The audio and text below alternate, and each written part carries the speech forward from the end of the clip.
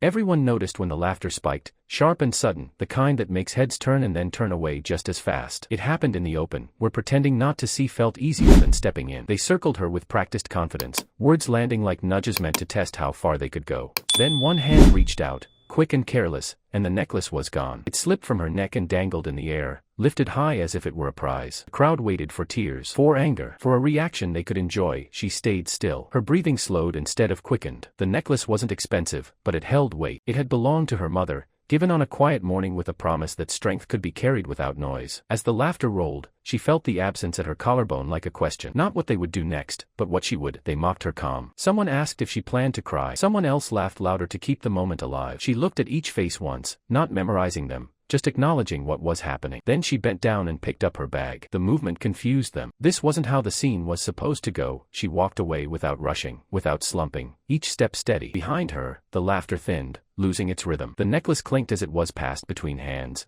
already less interesting now that she wasn't playing along. She didn't look back. She didn't need to. What mattered was the choice she was making, not the noise she was leaving. The rest of the day moved differently. Classes passed. Hallways echoed. And with every hour, the decision settled in her chest. She wrote down what happened. Names, time, place, facts without emotion. She spoke to one adult, then another, voice even, words clear. She wasn't asking for sympathy. She was stating truth. When the bell rang, she signed up for the assembly slot that was still open, the one no one wanted. Her name on the list felt heavier than the necklace ever had. Not because she was afraid, but because she knew what came next would require a different kind of courage. And while the bullies replayed the moment as a win, she was already preparing to change the story. The days leading up to the assembly moved slowly, but her resolve didn't waver. She sat through classes with the same calm expression, even when whispers followed her down the hallway. Some people avoided her, unsure of what to say. Others watched her more closely now, as if trying to understand where that quiet strength came from. The bullies noticed too. Their confidence softened into uncertainty. They joked less. They watched more. At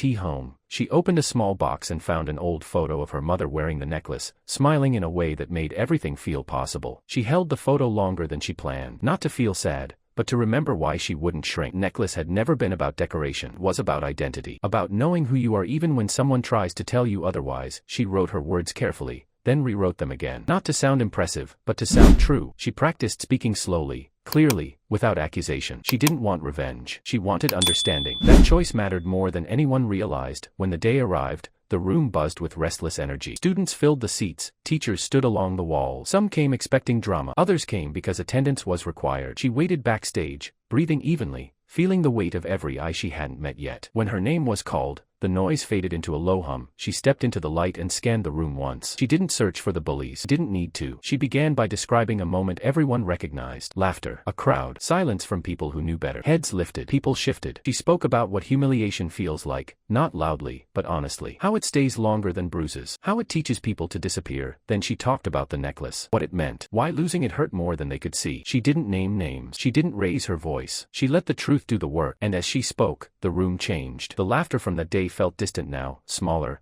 unable to survive in the open. By the time she finished, no one was whispering. No one was checking their phone. The bullies sat still, realizing something irreversible had happened. The story no longer belonged to them. It belonged to everyone who was listening. When she finished speaking, the room stayed quiet longer than anyone expected. Not the awkward kind of quiet, but the kind that settles in when people are thinking. Teachers exchanged looks. Students stared forward, some with their heads lowered, others with eyes fixed on her as if seeing her clearly for the first time. She stepped away from the microphone without waiting for a reaction. She didn't need one. A moment later, applause started. Not loud at first. One clap, then another. It grew steadily, filling the room, not as celebration, but recognition. She didn't smile. She simply nodded once and walked off the stage. What mattered had already been said. Later that day, a teacher called her into the office. The necklace had been recovered. It was placed gently on the desk between them. No longer a trophy, no longer entertainment. Just an object again. She picked it up carefully, feeling its familiar weight, and closed her fingers around it. The teacher spoke about accountability, about next steps, about learning from mistakes. She listened, not with satisfaction, but with relief. An apology followed. Quiet, unpolished, the kind that struggles to form because pride is still in the way. She accepted it without hesitation, not because it erased what happened, but because she refused to let bitterness take root. She placed the necklace back around her neck, adjusting the clasp herself. It rested where it belonged. In the days that followed, things changed in small ways. People who once looked past her now nodded in the hallway. Some stopped to say thank you. Others simply moved aside, making space. The bullies were quieter. Not defeated, but aware. Awareness was enough. What shocked everyone wasn't that she stood up. It was how she did it. Without shouting. Without revenge. Without becoming what tried to break her. She chose dignity when it would have been easier to choose anger. And in doing so, she didn't just get her necklace back. She changed how an entire room understood strength.